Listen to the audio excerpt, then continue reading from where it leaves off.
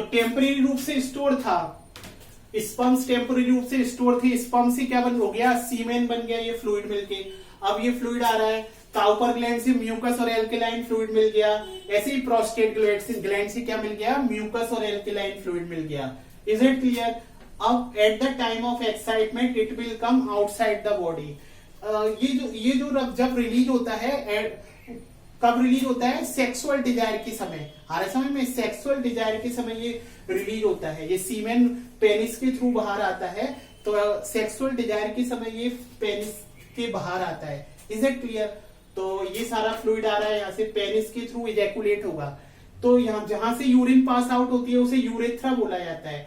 और urinary bladder में क्या हो रहा है, यूरिन स्टोर हो रही है। यूरिनरी ब्लैडर में क्या होता है, यूरिन स्टोर हो रही है। Is it clear? तो पेनिस के थ्रू, पेनिस के दो फंक्शन है, एक फंक्शन तो pass out urine,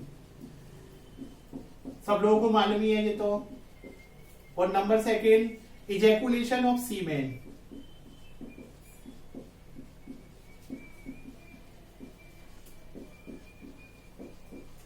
ejaculation of semen, दो काम है, मतलब एक ही पाथ है दोनों का। यूरिन पास आउट भी एक ही जगह से होती है, और जो सीमेन रिलीज होगा जिसमें मेल गैमेट स्पर्म्स हैं एक फ्लूइड के साथ, तो वो भी इसी पेनिस के थ्रू बाहर निकलता है। यानी पेनिस के दो फंक्शन है, यूरिन पास आउट और इजैकुलेशन ऑफ सीमेन। आ रहा है समझ में? और यहां से यूरिन आएगी, यूरिनरी ब्लैडर में स्टोर होती है, ठीक है, तो यहां से यूरिन पास आउट होगी। Is it clear? अब हम यहाँ पे बात करते हैं, ये पेनिस के फंक्शन आ गए होंगे, दो फंक्शन है, यूरिन पास आउट होती है और इजैकुलेशन ऑफ सीमेन, ठीक है, यानी कॉमन पाथ है ये, यूरिन पास आउट के लिए भी और सीमेन के रिलीज होने के लिए भी। Is it clear? तो अब यहाँ पे हम बात करते हैं, ये तो फंक्शन सब आपको आ गए होंगे। यूरेथ्रा, जहां से यूरिन पास आउट होती है उसे यूरेथ्रा बोला जाता है। अब जो पेनिस है, पेनिस के ऊपर एक कवरिंग चढ़ी रहती है, एक कवरिंग रहती है, उसे फॉरस्किन बोलते हैं। स्किन की एक कवरिंग रहती है, उसे क्या बोला जाता है, फॉरस्किन, ठीक है। और जो पेनिस का सॉफ्ट पार्ट होता है आगे का, उसे ग्लांस पेनिस बोला जाता है। क्या बोला जाता है, ग्लांस पेनिस। आ रहा है समझ में? पेनिस के ऊपर एक कवरिंग चढ़ी रहती है, उसे फॉरस्किन बोला जाता है। और जो सॉफ्ट पार्ट होता है आगे वाला पेनिस का, उसे ग्लांस पेनिस बोला जाता है। Is it clear? ठीक है। अब एक इंपॉर्टेंट चीज, पेनिस किससे मिलकर बना होता है, इरेक्टाइल टिश्यूज। कैसे मिलकर बना होता है, इरेक्टाइल टिश्यूज। इंपॉर्टेंट चीज है, इरेक्टाइल टिश्यूज मतलब कि ये पेनिस की साइज को इंक्रीज कर देते हैं eight the time of excitement, ठीक है।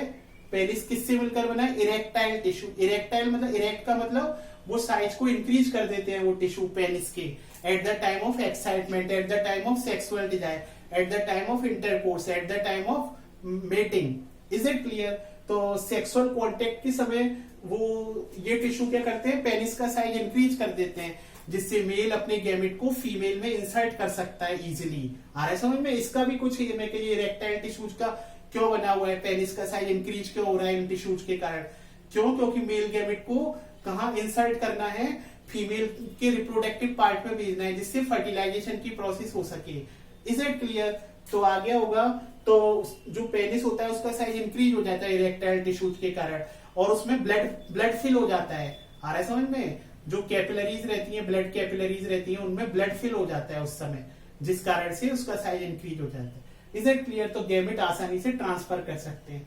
तो ये पूरा मेल रिप्रोडक्टिव सिस्टम है, आपको अच्छी तरीके से समझ में आया होगा। ओके।